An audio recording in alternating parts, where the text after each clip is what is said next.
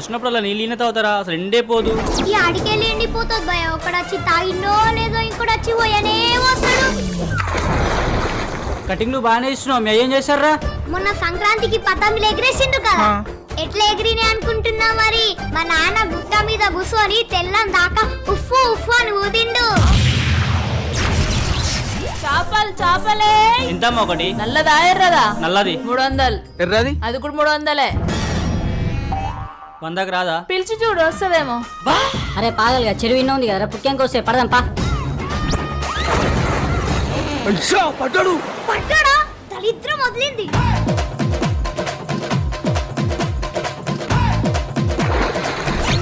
అన్న ఇది నిజమదా నిర్మల?